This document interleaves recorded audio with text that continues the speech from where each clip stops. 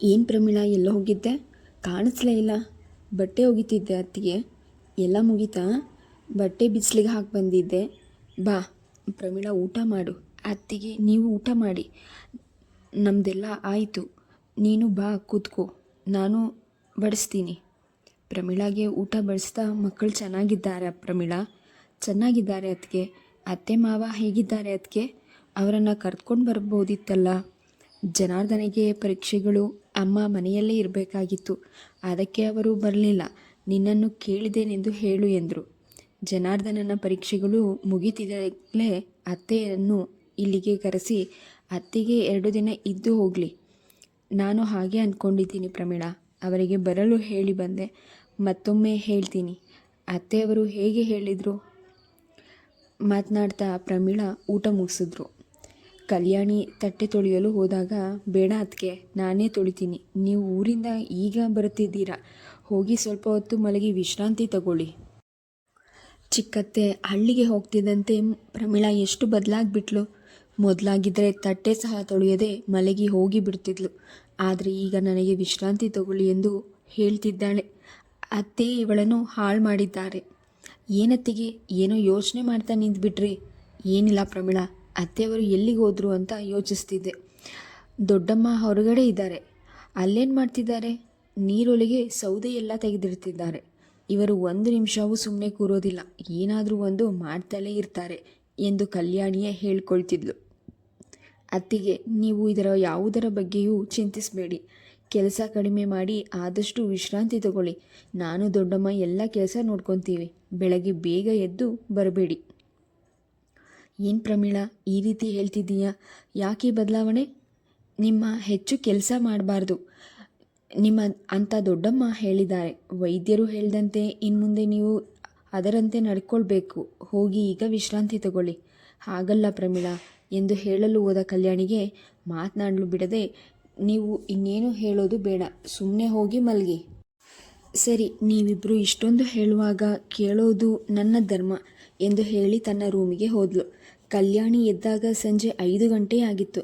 ಪ್ರಯಾಣದ ಆಯಾಸದಿಂದ ಹಾಗೂ ಹಿಂದಿನ ದಿನದ ರಾತ್ರಿ ಮನೆಯಲ್ಲಿ ಎಲ್ಲರ ಜೊತೆ ಮಾತನಾಡುತ್ತಾ ತಡವಾಗಿ ಮಲಗಿದ್ಲು. ಹಾಗಾಗಿ ಎಚ್ಚರವೇ ಆಗಿರಲಿಲ್ಲ. ಎದ್ದು ಮುಖ ತೊಳೆದುಕೊಂಡು ಅಡಿಗೆ ಮನೆಗೆ ಬಂದಾಗ ಪ್ರಮೀಳಾ ಕಾಫಿ ಮಾಡ್ತಿದ್ಲು. ಪ್ರಮೀಳಾ, 5 ಗಂಟೆ ಆಯಿತು, ಎಷ್ಟೊತ್ತು ಮಲಗಿಬಿಟ್ಟೆ? ಏನಾದರೂ ನನ್ನ ಎಬ್ಬಿಸಬಾರ್ದಿತ್ತಾ?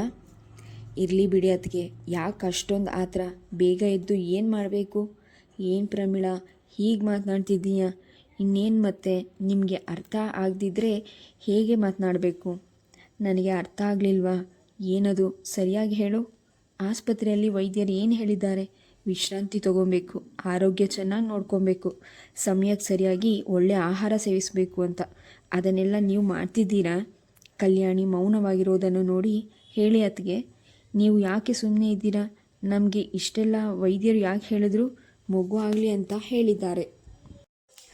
ನೀವು ಆ ರೀತಿ ಮಾಡಿದರೆ ತಾನೇ ಮಗು ಆಗೋದು. ಹೇಳಿ ಅತ್ತಿಗೆ, ನಿಮಗೆ ಮಗು ಆಗಬೇಕು ಅಂತ ಆಸೆ ಇಲ್ವಾ? ಯಾಕೆ ಪ್ರಮೀಳಾ ಹಾಗೆ ಹೇಳ್ತಿದ್ದೀಯಾ? ನೀನು ಒಂದು ಹೆಣ್ಣಾಗಿ ಆಸೆ ಇಲ್ವಾ ಎಂದು ಕೇಳ್ತಿದ್ದೀಯಾ? ನಿನಗೆ ಇರಲಿಲ್ವಾ? ಯಾರಿಗೇ ಆಗಲಿ ಈ ರೀತಿ ಕೇಳಬೇಡ. ಹೆಣ್ಣು ಅಂದಮೇಲೆ ಮಾತೃತ್ವದ ಬಯಕೆ ಇರುವುದಿಲ್ವಾ ಹೇಳು? ಎಲ್ಲ ಹೆಣ್ಣುಗಳಿಗೂ ತಾಯಿ ಆದ ಮೇಲೆ ಅವರ ಜನ್ಮ ಸಾರ್ಥಕವಾಗೋದೆಂದೇ ಅಂದುಕೊಳ್ತಾರೆ. ನಾನು ಒಂದು ಹೆಣ್ಣು, ಎಲ್ಲರಿಗೂ ಇರುವಂಥ ಆಸೆಯೇ ನನಗೂ ಇರೋದು ಎಂದು ಕಣ್ಣಲ್ಲಿ ನೀರು ಹಾಕ್ಕೊಂಡ್ಳು. ಕಲ್ಯಾಣಿಯ ಕಣ್ಣೀರನ್ನು ಕಂಡು ಪ್ರಮೀಳಾಳ ಕರುಳು ಚುರುಕೆಂದಿತು. ಇಷ್ಟು ದಿನ ತಾನು ತಾಯಿಯ ಮಾತು ಕೇಳಿ ತಪ್ಪು ಮಾಡಿದೆ ಅನಿಸುತ್ತೆ. ಅವಳು ತಾಯಿಯಾಗುವ ಅವಕಾಶ ನಮ್ಮಿಂದಲೇ ತಪ್ಪಿತೇನೋ ಅನಿಸುತ್ತದೆ. ಅಮ್ಮನಿಗೂ ಸಹ ಅದೇ ರೀತಿ ಆಗಿತ್ತು ಎಂದು ದೊಡ್ಡಪ್ಪ ಹೇಳಿದ್ರು. ಆದರೆ ಅಮ್ಮನಿಗೆ ಯಾಕೆ ಅದೆಲ್ಲ ನೆನಪಿನಲ್ಲಿ ಇರಲಿಲ್ವಾ? ಅಂದು ದೊಡ್ಡಪ್ಪನ ಎದುರೇ ನಡೆದಿದ್ದನ್ನೆಲ್ಲ ಹೇಳಿದ್ಲು. ಅಷ್ಟೆಲ್ಲ ಅವರ ಬದುಕಲ್ಲಿ ಆಗಿದ್ರೂ ದೊಡ್ಡಮ್ಮ ಅಮ್ಮನನ್ನು ಇಷ್ಟು ಚೆನ್ನಾಗಿ ನೋಡಿಕೊಂಡಿದ್ರು. ಇವೆಲ್ಲ ಮರೆತು ಅತ್ತಿಗೆ ಬಗ್ಗೆ ಕಾಳಜಿ ವಹಿಸದೆ ನಿರಾಸಕ್ತಿ ತೋರಿಸಿದ್ರು. ಇಲ್ದಿದ್ರೆ ಇಷ್ಟೊತ್ತಿಗೆ ಅತ್ತಿಗೆ ತಾಯಿ ಆಗ್ತಿದ್ಲು ಎಂದು ನಡೆದಿದ್ದನ್ನೆಲ್ಲ ನೆನೆಸಿಕೊಂಡು ಅವಳ ಕಣ್ಣಲ್ಲಿ ನೀರು ಬಂದಿತು. ಕಲ್ಯಾಣಿ ತನ್ನ ನೀರನ್ನು ಒರೆಸಿಕೊಂಡು, ಪ್ರಮೀಳಾ, ಯಾಕೆ ನಿನ್ನ ಕಣ್ಣಲ್ಲಿ ನೀರು ಬರ್ತಿದೆ? ಏನು ನನ್ನ ಹಣೆಬರಹ ಆಗಿತ್ತು, ಅನುಭವಿಸುತ್ತಿದ್ದೀನಿ. ನೀನ್ಯಾಕೆ ಹೇಳೋದು? ನಿನಗೆ ಅಂಥದ್ದೇನಾಗಿದೆ? ಅತ್ತಿಗೆ ದಯವಿಟ್ಟು ನನ್ನನ್ನು ಕ್ಷಮಿಸಿ. ಯಾಕೆ ಪ್ರಮೀಳಾ, ಏನೇನೋ ಮಾತನಾಡ್ತಿದ್ದೀಯಾ? ಕ್ಷಮಿಸೋ ಅಂಥ ತಪ್ಪು ನೀನೇನು ಮಾಡಿದ್ದೆ? ತುಂಬ ತಪ್ಪು ಮಾಡಿದ್ದೀನಿ ಅದಕ್ಕೆ. ನಿಮ್ಮ ಬಗ್ಗೆ ಸ್ವಲ್ಪನೂ ಯೋಚಿಸಲಿಲ್ಲ. ನಮ್ಮ ತಾಯಿಯ ಮಾತು ಕೇಳಿಕೊಂಡು ನಿಮಗೆ ತುಂಬ ಹಿಂಸೆ ಕೊಟ್ಟುಬಿಟ್ಟೆ. ನಾನು ಒಂದು ಹೆಣ್ಣಾಗಿ ನಿಮ್ಮ ಮನಸ್ಸನ್ನು ಅರ್ಥ ಮಾಡಿಕೊಳ್ಳಿಲ್ಲ. ದೊಡ್ಡಮ್ಮ ಎಷ್ಟು ಒಳ್ಳೆಯವರು, ಅವರು ಎಲ್ಲ ಹೇಳಿದ ಮೇಲೆ ನನಗೆ ಅರ್ಥವಾಗಿದ್ದು. ಹೌದಾ? ಅತ್ತೆಯವರು ಏನು ಹೇಳಿದ್ರು? ನೀವು ಮಗು ಬೇಕೆಂದು ಎಷ್ಟು ಹಂಬಲ ಪಡ್ತಿದ್ದೀರಾ. ಈಗಲಾದರೂ ಅವಳಿಗೆ ಒಂದು ಮಗುವಾಗಲಿ. ಕಲ್ಯಾಣಿ ಕೈಯಲ್ಲಿ ಒಂದು ಕೆಲಸವೂ ಮಾಡಿಸೋದು ಬೇಡ. ಕೆಲವು ದಿನ ಅವಳಿಗೆ ಸಂಪೂರ್ಣ ವಿಶ್ರಾಂತಿ ಸಿಗಲಿ.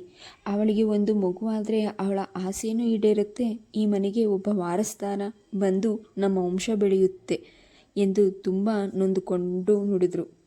ಆಗ ನನಗೂ ನನ್ನ ತಪ್ಪಿನ ಅರಿವಾಯಿತು. ನನ್ನ ತಾಯಿ ಆಗುವಾಗ ದೊಡ್ಡಮ್ಮ ಎಷ್ಟೊಂದು ಸಂತೋಷಪಟ್ಟಿದ್ರು. ನಮ್ಮ ತಾಯಿಗಿಂತಲೂ ದೊಡ್ಡಮ್ಮನೇ ನನಗೆ ಆರೈಕೆ ಮಾಡಿದ್ರು. ಅವರಿಗೆ ನನ್ನವರು ಬೇರೆಯವರು ಅನ್ನುವ ಭೇದವಿಲ್ಲ. ಎಲ್ಲರನ್ನೂ ಒಂದೇ ಸಮನಾಗಿ ನೋಡ್ತಾರೆ ಅದಕ್ಕೆ. ಆದರೆ ನಮ್ಮ ತಾಯಿಯೇ ತುಂಬ ಸ್ವಾರ್ಥಿ. ಪ್ರಮೀಳಾ, ಸುಮ್ಮನಿರು. ಅತ್ತೆ ತಾಯಿಯ ಬಗ್ಗೆ ಹೀಗೆ ಕೆಟ್ಟದಾಗಿ ಮಾತನಾಡಬಾರ್ದು. ಕೆಟ್ಟದಾಗಿ ಅಲ್ಲ ಅತ್ತಿಗೆ, ಇರುವ ವಿಚಾರನೇ. ಯಾಕೆ? ನಮ್ಮ ತಾಯಿಯ ಬಗ್ಗೆ ನಿಮಗೆ ಗೊತ್ತಿಲ್ವಾ? ಅವರ ಗುಣ ಎಂತಹದ್ದು ಎಂದು ನಿಮಗೆ ತಿಳಿಲಿಲ್ವಾ? ಅವರಿಂದ ನೀವು ಎಷ್ಟು ನೋವನ್ನು ಅನುಭವಿಸುತ್ತಿದ್ದೀರಾ? ಈ ದಿನದ ನಿಮ್ಮ ಈ ಪರಿಸ್ಥಿತಿಗೆ ಯಾರು ಕಾರಣ ಹೇಳಿ? ಅದು ನನ್ನ ದುರದೃಷ್ಟ ಪ್ರಮೀಳಾ. ಇದೇ ಅತ್ತಿಗೆ ನಿಮ್ಮ ದೊಡ್ಡ ಗುಣ. ನಿಮಗೆ ಯಾರಿಂದ ನೋವಾದರೂ ಸಹ ಅವರ ಬಗ್ಗೆ ಗೌರವವನ್ನೇ ತೋರಿಸ್ತೀರ. ಎಲ್ಲ ದೊಡ್ಡಮ್ಮನ ಗುಣನೇ ನಿಮ್ಮಲ್ಲೂ ಇದೆ. ದೊಡ್ಡಮ್ಮನ ಕೈಯಲ್ಲಿ ಕೈ ತುತ್ತು ತಿಂದು ಬೆಳೆದ ನನಗೆ ಅವರ ಗುಣ ಬರಲಿಲ್ಲ. ಎಲ್ಲ ನನ್ನ ತಾಯಿಯ ಗುಣನೇ ಬಂದುಬಿಟ್ಟಿದೆ. ಇಷ್ಟು ದಿನ ನಾನು ನಡೆದುಕೊಂಡ ರೀತಿಗೆ ನನಗೆ ನಾಚಿಕೆಯಾಗುತ್ತೆ. ಹಾಗ್ಯಾಕಂತೀಯ ಪ್ರಮೀಳಾ? ಇನ್ನಲ್ಲೂ ಅತ್ತೆಯವರ ಗುಣನೇ ಇದೆ. ಈಗ ನೋಡು, ನೀನು ಮಾಡಿದ ತಪ್ಪಿಗೆ ಎಷ್ಟು ಪಶ್ಚಾತ್ತಾಪ ಪಡುತ್ತಿದ್ದೀಯಾ. ಇದೇ ಸಾಕ್ಷಿ ನಿನ್ನಲ್ಲಿ ಒಳ್ಳೆಯ ಗುಣ ಇದೆ ಎಂದು ತಿಳಿಯಲು. ಏನೋ ಅತ್ತಿಗೆ, ಮೊದಲೆಲ್ಲ ನಾನು ನಿಮ್ಮ ಬಗ್ಗೆ ನಡೆದುಕೊಂಡಿದ್ದ ರೀತಿಯನ್ನು ತಿಳಿದುಕೊಂಡ್ರೆ ನನಗೆ ತುಂಬ ಬೇಸರವಾಗುತ್ತೆ. ನನ್ನ ಬಗ್ಗೆ ನನಗೆ ಅಸಹ್ಯವಾಗುತ್ತದೆ. ದಯವಿಟ್ಟು ನನ್ನನ್ನು ಕ್ಷಮಿಸಿ ಅತ್ತಿಗೆ. ಇನ್ನು ಮುಂದೆ ಯಾವಾಗಲೂ ಹೀಗೆ ನಡ್ಕೊಳ್ಳೋದಿಲ್ಲ. ಯಾವುದನ್ನು ಮನಸ್ಸಿನಲ್ಲಿ ಇಟ್ಟುಕೋಬೇಡ. ಸದಾ ಸಂತೋಷವಾಗಿರು. ವಿಶ್ರಾಂತಿ ತಗೊಳ್ಳಿ. ನಿಮಗೆ ಏನು ಬೇಕಿದ್ರೂ ಸಂಕೋಚ ಪಡದೆ ನನ್ನನ್ನು ಕೇಳಿ. ಮನೆ ಕೆಲಸ, ಅಡುಗೆ ಕೆಲಸ ಯಾವುದರ ಬಗ್ಗೆಯೂ ನೀವು ಚಿಂತಿಸೋದು ಬೇಡ. ಅಣ್ಣನ ಜೊತೆಗೆ ಹೊರಗಡೆ ಎಲ್ಲಾದರೂ ಸುತ್ತಾಡ್ಕೊಂಡು ಬನ್ನಿ. ನಾನೇ ಅಣ್ಣನಿಗೆ ಹೇಳ್ತೀನಿ. ಪ್ರಮೀಳಾ ಹೇಳ್ತಿದ್ರೆ ಕಲ್ಯಾಣಿ ಅವಳನ್ನೇ ನೋಡ್ತಾ ಚಿಕ್ಕತ್ತೆಯಿಂದ ಸ್ವಲ್ಪ ದಿನ ದೂರವಾಗುತ್ತಲೇ ಅವಳಲ್ಲಿ ಇಂತಹ ಬದಲಾವಣೆ ಬಂದಿದೆ. ಬದುಕಿನಲ್ಲಿ ಭರವಸೆಯನ್ನೇ ಕಳೆದುಕೊಂಡಿದ್ದ ನನಗೆ ಆದಷ್ಟು ಬೇಗ ಒಂದು ಮಗುವಿನ ತಾಯಿಯಾಗಬೇಕೆಂಬ ಹಂಬಲ ಹೆಚ್ಚಾಗುತ್ತಿದೆ. ಇವಳಲ್ಲಿ ಈ ಬದಲಾವಣೆಯಾಗಲು ಮುಖ್ಯ ಕಾರಣ ಅತ್ತೆಯವರು. ಅತ್ತೆಯವರಿಗೆ ಎಂಥವರನ್ನೇ ಆಗಲಿ ಬದಲಾಯಿಸುವ ಸ್ವಾರ್ಥ ಇದೆ, ಸಾಮರ್ಥ್ಯ ಇದೆ. ದೊಡ್ಡ ಮಾವನವರು ಸಹ ಇದೇ ರೀತಿಯ ಗುಣಗಳನ್ನು ಹೊಂದಿದ್ದಾರೆ. ಏನೋ ನನ್ನ ಪುಣ್ಯ ಚೆನ್ನಾಗಿತ್ತು, ಇಂಥ ಮನೆ ಸಿಕ್ಕಿದೆ. ಎಲ್ಲರೂ ನನ್ನ ಪರಿಸ್ಥಿತಿಯನ್ನು ಅರ್ಥ ಮಾಡ್ಕೊಳ್ತಿದ್ದಾರೆ. ನನ್ನ ಬಗ್ಗೆ ಅಷ್ಟೇ ಕಾಳಜಿ ವಹಿಸಿ ಪ್ರೀತಿಯಿಂದ ನೋಡ್ಕೊತಿದ್ದಾರೆ. ಇನ್ಮೇಲೆ ಇವರೆಲ್ಲರ ಮಾತು ಕೇಳಿ ಆದಷ್ಟು ವಿಶ್ರಾಂತಿಯನ್ನು ತೆಗೆದುಕೊಂಡು ತಾಯಿಯಾಗುವ ಆಸೆಯನ್ನು ಈಡೇರಿಸ್ಕೊಳ್ಬೇಕು ಎಂದ್ಕೊತ ತನ್ನ ರೂಮಿಗೆ ಹೋಗಿ ಮಲಗಿದ್ಲು. ಸೌದೆ ಎಲ್ಲ ತೆಗೆದಿಟ್ಟು ಒಳ ಬಂದ ನಾಗರತ್ನಮ್ಮ, ಕಲ್ಯಾಣಿಯಲ್ಲಿ ಹೋದ್ಲು ಪ್ರಮೀಳಾ ಎಂದು ಕೇಳಿದ್ರು. ಅತ್ತಿಗೆ ರೂಮಲ್ಲಿ ಮಲಗಿದ್ದಾರೆ ದೊಡ್ಡಮ್ಮ. ಇಲ್ಲಿಗೆ ಅಡುಗೆ ಮಾಡಲು ಬಂದರು. ನಾನು ಬೇಡ ಎಂದು ಹೇಳಿ ಅವರು ವಿಶ್ರಾಂತಿ ತೆಗೆದುಕೊಳ್ಳಿ ಎಂದು ಹೇಳಿ ಕಳಿಸಿದೆ. ತುಂಬ ಒಳ್ಳೆ ಕೆಲಸ ಮಾಡಿದೆ ಪ್ರಮೀಳಾ. ಇಲ್ದಿದ್ರೆ ಏನಾದರೂ ಒಂದು ಕೆಲಸ ಮಾಡ್ತಲೇ ಇರ್ತಾಳೆ. ಅವಳಿಗೆ ನನ್ನ ಸುಖವನ್ನು ಯಾವತ್ತೂ ಬಯಸೋದಿಲ್ಲ. ಇನ್ನೊಬ್ಬರು ಹೇಳ್ತಾಳೆ ಇರಬೇಕು. ಮನೆಯವರೆಲ್ಲ ಯೋಗಕ್ಷೇಮವನ್ನು ಚೆನ್ನಾಗಿ ನೋಡ್ಕೊತಾಳೆ. ಆದರೆ ಅವಳ ಬಗ್ಗೆ ಅವಳ ಚಿಂತೆ ಮಾಡೋದೇ ಇಲ್ಲ. ದೊಡ್ಡಮ್ಮ, ಅತ್ತಿಗೆ ಬಗ್ಗೆ ನೀವೇನು ಚಿಂತೆ ಮಾಡಬೇಡಿ. ಅವರು ಯಾವ ಕೆಲಸವನ್ನು ಮಾಡದೇ ಇರುವ ಹಾಗೆ ನಾನು ನೋಡ್ಕೊತೀನಿ. ನಿಮ್ಮನ್ನು ಒಂದು ಮಾತು ಕೇಳಬೇಕು, ಹೇಳ್ತೀರಾ ದೊಡ್ಡಮ್ಮ? ಏನೇ ಹೇಳು. ಯಾಕೆ ನನ್ನ ಹತ್ರನೇ ಸಂಕೋಚ ಪಡ್ಕೊತಿದ್ಯಾ? ಏನು ಬೇಕು ನಿನಗೆ? ನನಗೇನು ಬೇಡ ದೊಡ್ಡಮ್ಮ. ನಾನು ಕೇಳೋದಕ್ಕೆ ಮೊದಲೇ ಎಲ್ಲ ಕೊಟ್ಟಿದ್ದೀರಿ ನೀವು.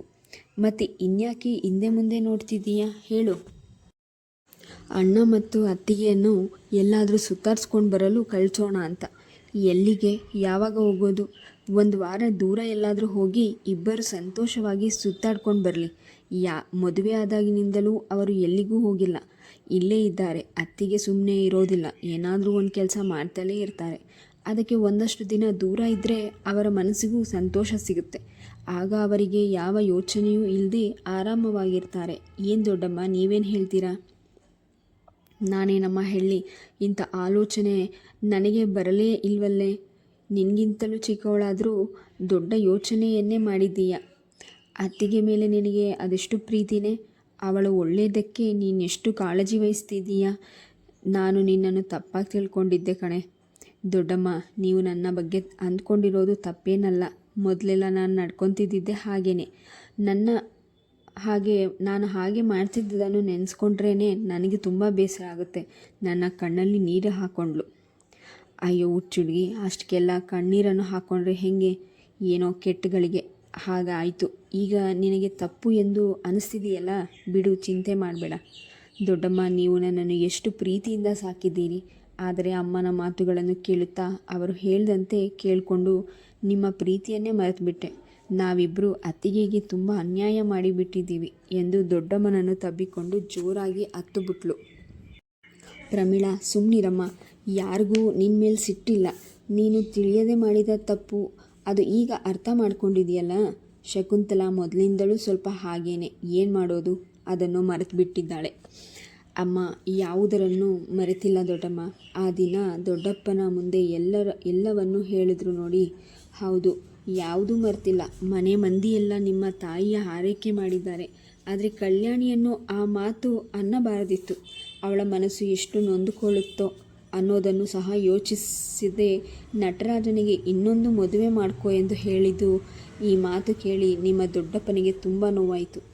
ಕಲ್ಯಾಣಿ ಈ ಮಾತು ಕೇಳಿ ಹೇಗೆ ತಡ್ಕೊಂಡ್ನಳೋ ಎಂದು ಬೇಸರ ಪಟ್ಕೊಂಡ್ರು. ದೊಡ್ಡಮ್ಮ ದೇವರಾಜನಿಗಂತೂ ಕೋಪ ತಡೆದುಕೊಳ್ಳಲು ಆಗಲಿಲ್ಲ. ಅಮ್ಮನ ಮೇಲೆ ತುಂಬ ರೇಗಾಡಿ ಬಿಟ್ಟೆ. ಅತ್ತಿಗೆ ರೂಮಲ್ಲಿ ಹೋಗಿ ಅಳ್ತಾ ಮಲಗಿಬಿಟ್ಟಿದ್ರು. ಇರಲಿ ಬಿಡಮ್ಮ, ಆಗಿದ್ದೆಲ್ಲ ಒಳ್ಳೆಯದಾಯಿತು. ಇನ್ನು ಮುಂದಾದರೂ ಅವಳಿಗೆ ಒಂದು ಒಳ್ಳೆಯ ಬದುಕು ಸಿಗಲಿ. ಅವಳ ಆಸೆ ಚಿಗುರಿ ಮೊಗ್ಗಾಗಿ ಹೂ ಬಿಡಲಿ. ದೊಡ್ಡಮ್ಮ, ನೀವೇನು ಯೋಚನೆ ಮಾಡಬೇಡಿ. ಇನ್ನು 1 ವರ್ಷ ಕಳೆಯೋದ್ರೊಳಗೆ ನಿಮ್ಮ ಕೈಗೆ ಒಬ್ಬ ಮೊಮ್ಮಗ ಬರ್ತಾನೆ. ನಿನ್ನ ಬಾಯಹರಕೆಯಿಂದ ಆಗಲಿ ತಾಯಿ. ಇನ್ನು ಈ ಮನೆ ನಂದಗೋಕುಲವಾಗುತ್ತೆ. ಅಣ್ಣನಿಗೆ ನೀವೇ ಹೇಳಿ ದೊಡ್ಡಮ್ಮ. ಆಯಿತು, ಅವನು ಬರಲಿ, ಸಂಜೆ ಹೇಳ್ತೀನಿ. ನಟರಾಜ ಕೆಲಸ ಮುಗಿಸಿ ಮನೆಗೆ ಬಂದಾಗ ನಾಗರತ್ನಮ್ಮ ತಾವೇ ಕಾಫಿ ಲೋಟವನ್ನು ಹಿಡಿದು ಮಗನ ರೂಮಿಗೆ ಹೋದರು. ನೀವೇಕಮ್ಮ ಬಂದಿದ್ದು? ಕಲ್ಯಾಣಿ, ಪ್ರಮೀಳಾ ಎಲ್ಲಿ ಹೋಗಿದ್ರು? ಇನ್ನೂ ನೀನು ಕಲ್ಯಾಣಿ ಅಂತ ಅವಳನ್ನೇ ಅವಲಂಬಿಸಿದ್ರೆ ಹೇಗೆ? ಅವಳಿಗೆ ವಿಶ್ರಾಂತಿ ಸಿಗೋದು ಬೇಡವಾ? ಹಾಗಲ್ಲ ಅಮ್ಮ, ಕಾಫಿ ಕೊಡೋದಕ್ಕೆ ಮಾತ್ರ ಹೇಳಿದೆ. ಹೌದಪ್ಪ, ಈಗ ಕಾಫಿ, ಆಮೇಲೆ ತಿಂಡಿ, ಊಟ, ಹೀಗೆ ಒಂದಾದರ ಮೇಲೆ ಒಂದೊಂದು, ಹೀಗೆ ಎಲ್ಲದಕ್ಕೂ ಕಲ್ಯಾಣಿಯನ್ನೇ ಕರೀತಿದ್ದೀಯ. ಇನ್ನೇನಮ್ಮ ಮಾಡೋದು? ನಿಮಗೆ ವಯಸ್ಸಾಗಿದೆ. ಪದೇ ಪದೇ ನಿಮ್ಮನ್ನು ಕರೆಯಲು ಆಗೋದಿಲ್ಲ. ಇನ್ನು ಪ್ರಮೀಳಾನ ಕರೆಯೋಣ ಅಂದರೆ ಸಮಯಕ್ಕೆ ಸಿಗೋದಿಲ್ಲ. ದಿನ ಅವಳಿಗೆ ಕೆಲಸ ಹೇಳೋದಕ್ಕೆ ಸಂಕೋಚವಾಗುತ್ತೆ. ಹಾಗೇನೂ ಅನುಮಾನವನ್ನು ಇಟ್ಕೊಬೇಡಪ್ಪ. ಪ್ರಮೀಳಾ ಈಗ ಮೊದಲಿನ ಹಾಗಿಲ್ಲ, ತುಂಬ ಬದಲಾಗಿದ್ದಾಳೆ. ಅವಳಿಗೆ ತನ್ನ ತಪ್ಪಿನ ಅರಿವಾಗಿದೆ. ತುಂಬ ದುಃಖವಾಗಿದೆ. ತನ್ನ ಮತ್ತು ಅವಳ ತಾಯಿಯಿಂದಲೇ ಕಲ್ಯಾಣಿಗೆ ಅನ್ಯಾಯವಾಗಿದೆ ಎಂದು ನನ್ನ ಬಳಿ ಹೇಳಿಕೊಂಡು ತುಂಬ ಗೋಳಾಡ್ತಿದ್ಲು. ಮತ್ತು ಈಗ ಅವಳು ಕಲ್ಯಾಣಿಯ ಕೈಯಿಂದ ಒಂದು ಕೆಲಸನೂ ಮಾಡಿಸ್ತಾ ಇಲ್ಲ. ಏನೇ ಕೆಲಸ ಇದ್ದರೂ ಅತ್ತಿಗೆಗೆ ಹೇಳಬೇಡಿ, ಎಲ್ಲವನ್ನೂ ನಾನೇ ಮಾಡ್ತೀನಿ ಎಂದು ನನಗೆ ಹೇಳಿದ್ದಾಳೆ. ಈಗ ಅವಳೇ ಸೂಚನೆ ಕೊಟ್ಟಿದ್ದಾಳೆ. ಏನಮ್ಮ ಅದು?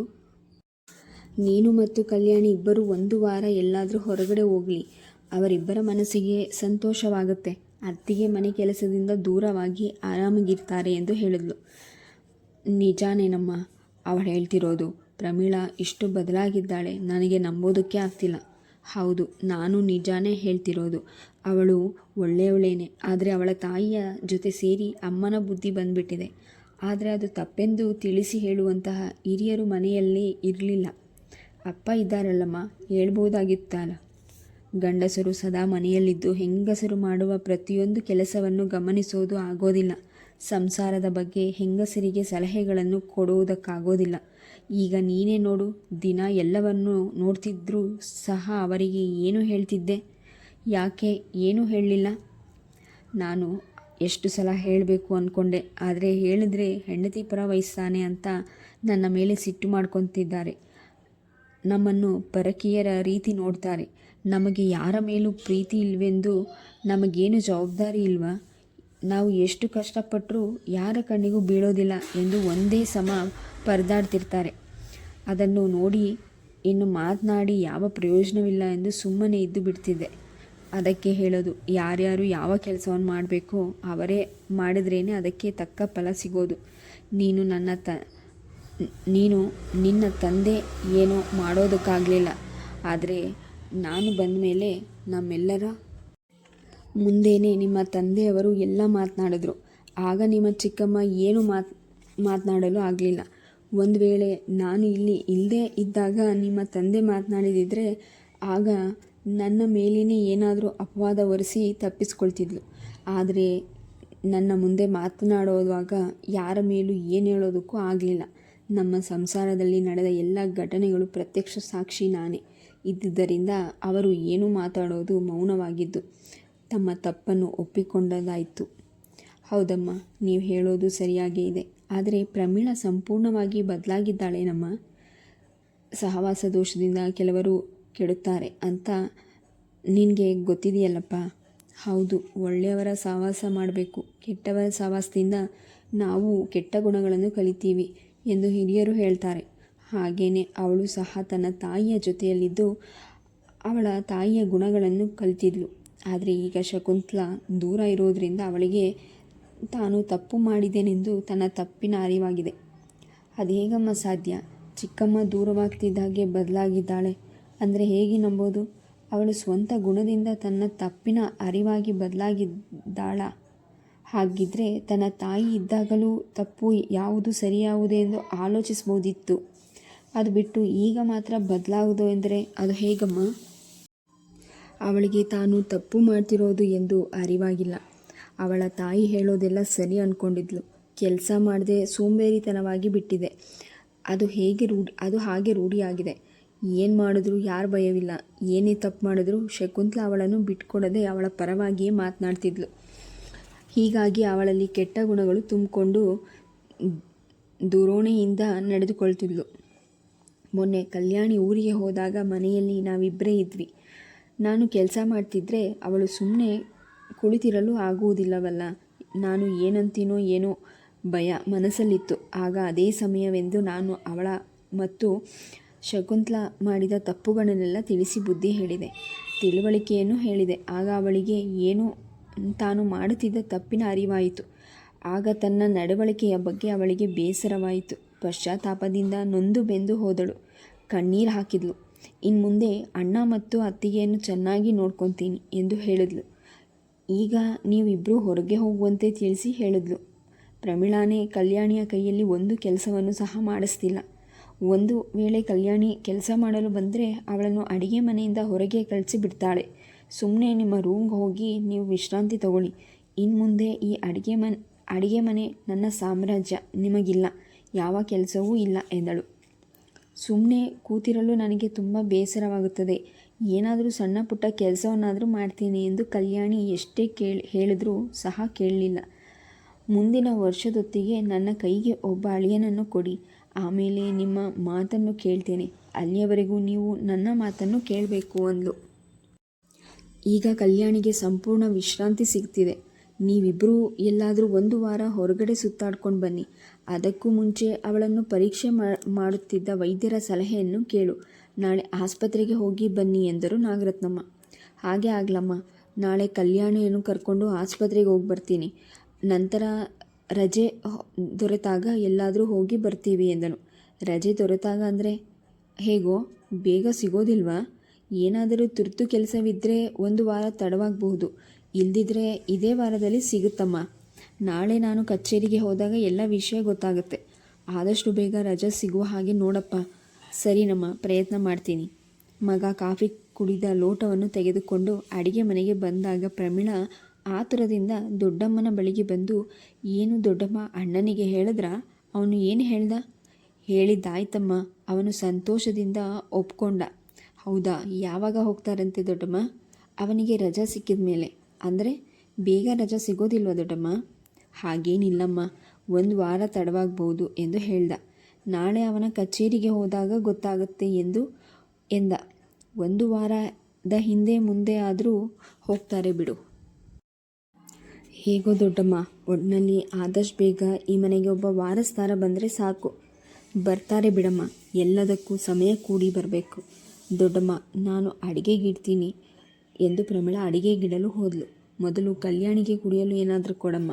ಅವಳಾಗೆ ಏನೂ ತಗೊಳ್ಳೋದಿಲ್ಲ, ಹಾಗೆ ಇದ್ಬಿಡ್ತಾಳೆ. ಲೋಟದಲ್ಲಿ ಹಾಕಿಟ್ಟಿದ್ದೀನಿ ದೊಡ್ಡಮ್ಮ, ಈಗ ತಗೊಂಡೋಗಿ ಕೊಡ್ತೀನಿ. ಕೊಡಮ್ಮ, ನಾನು ಹೋಗಿ ಹಾಲು ಮನೆಗಳಿಗೆ ಹಾಲು ಕೊಟ್ಟು ಬರ್ತೀನಿ. ದೇವರಾಜ ಕಾಲೇಜಿನಿಂದ ಬಂದವನೇ ಕೈಕಾಲು ತೊಳೆದುಕೊಂಡು ಅಡಿಗೆ ಮನೆಗೆ ಬಂದು ಕಾಫಿ ಬೇಕು ಎಂದು ಕೇಳಿದ. ಪ್ರಮೀಳಾ ಕಾಫಿ ಕೊಟ್ಟಳು. ಕಾಫಿ ಕುಡಿಯುತ್ತಾ ಅತ್ತಿಗೆ ಎಲ್ಲಿ ಎಂದು ಕೇಳಿದ. ಅವರು ಮಲಗಿದ್ದಾರೆ. ಅವರಿಗೆ ಕಾಫಿ ಕೊಟ್ಯಾ? ಹಾಲು ಕೊಟ್ಟು ಬಂದೆ. ಏನು ಮಾಡ್ತಿದ್ದಾರೆ? ಮಲಗಿದ್ದಾರಾ? ಇಲ್ಲ, ಕೂತ್ಕೊಂಡು ಯಾವುದೋ ಪುಸ್ತಕ ಓದ್ತಿದ್ದಾರೆ. ಹೌದಾ, ಹಾಗಾದರೆ ಅತ್ತಿಗೆಯನ್ನು ಮಾತನಾಡಿಸ್ಬರ್ತೀನಿ. ಅವರು ಮಲಗಿದ್ದಾರೋ ಏನೋ ಅಂದ್ಕೊಂಡೆ. ಅವರ ರೂಮಿಗೆ ಹೋಗಲಿಲ್ಲ ಎಂದು ಕುಡಿದ ಕಾಫಿ ಲೋಟವನ್ನು ಇಟ್ಟು ಅತ್ತಿಗೆ ರೂಮಿನ ಕಡೆ ಹೊರಟ. ದೇವರಾಜ ಬಂದಾಗ ಕಲ್ಯಾಣಿ ಪುಸ್ತಕ ಓದೋದ್ರಲ್ಲಿ ಮಗ್ನಳಾಗಿದ್ಲು. ಏನು ಪುಸ್ತಕ ಅತ್ತಿಗೆ ಅದು? ಅಷ್ಟೊಂದು ಆಸಕ್ತಿಯಿಂದ ಓದ್ತಿದ್ದೀರಾ? ಬಾ ದೇವರಾಜ, ಯಾವಾಗ ಬಂದೆ ಕಾಲೇಜ್ನಿಂದ? ಕಾಫಿ ಕುಡಿದ್ಯಾ? ಆಯಿತು ಅತ್ತಿಗೆ, ನಿಮ್ದಾಯ್ತಾ? ನನಗೇನಿದೆಪ್ಪ ಕೆಲಸ? ಸಮಯಕ್ಕೆ ಸರಿಯಾಗಿ ಕಾಫಿ ತಿಂಡಿ ಊಟ ಮಾಡೋದೆ. ಹೀಗೆ ಕೂತು ಕಾಲ ಕಳೆಯೋದು. ತುಂಬ ಬೇಜಾರಾಗಿ ಹೋಗಿದೆ. ಒಂದು ಕೆಲಸ ಇಲ್ಲ, ಕಾರ್ಯ ಇಲ್ಲ. ಪ್ರಮೀಳಾ ಅತ್ತೆ ಇಬ್ಬರೂ ಒಂದು ಕೆಲಸ ಮಾಡೋದಕ್ಕೂ ಬಿಡೋದಿಲ್ಲ. ಯಾಕತ್ತಿಗೆ ಅಷ್ಟೊಂದು ಬೇಸರ ಮಾಡ್ಕೊತಿದ್ದೀರಾ? ಇಷ್ಟು ವರ್ಷ ಹಗಲು ರಾತ್ರಿ ಏನದೇ ದುಡಿಯಲಿಲ್ವಾ? ಈಗ ಸ್ವಲ್ಪ ದಿನ ವಿಶ್ರಾಂತಿ ತಗೊಳ್ಳಿ, ಆಮೇಲೆ ದುಡಿಯೋದು ಇದ್ದೇ ಇದೆ. ಈಗ ಯಾವ ಯೋಚನೆ ಮಾಡದೆ ಕೆಲಸದ ಕಡೆ ಗಮನನೂ ಕೊಡದೆ ಆರಾಮವಾಗಿ ಇರಿ. ಆಗಲ್ಲಪ್ಪ ಎಂದು ಏನೋ ಹೇಳಲು ಹೊರಟಾಗ ಅತ್ತಿಗೆ, ನೀವು ಏನೋ ಹೇಳೋದಕ್ಕೆ ಹೊರಟಿದ್ದೀರಾ ಅಂತ ನನಗೆ ಗೊತ್ತು. ಏನೂ ಹೇಳದೆ ಸುಮ್ಮನೆ ನಾವೆಲ್ಲ ಹೇಳಿದಂತೆ ಕೇಳ್ತೀರಿ ಸಾಕು. ಮನೆಯವರೆಲ್ಲ ಹೀಗೆ ಒಂದೇ ಸಲ ಇಂಥ ನಿರ್ಧಾರವನ್ನು ತಗೊಂಡ್ರೆ ಹೇಗೆ? ಎಷ್ಟು ದಿನ ಅಂತ ಹೀಗೆ ಒಬ್ಬಳೇ ಸುಮ್ಮನೆ ಕೂತ್ಕೊಂಡಿರೋದು? ತುಂಬ ಬೇಜಾರಾಗತ್ತೆ.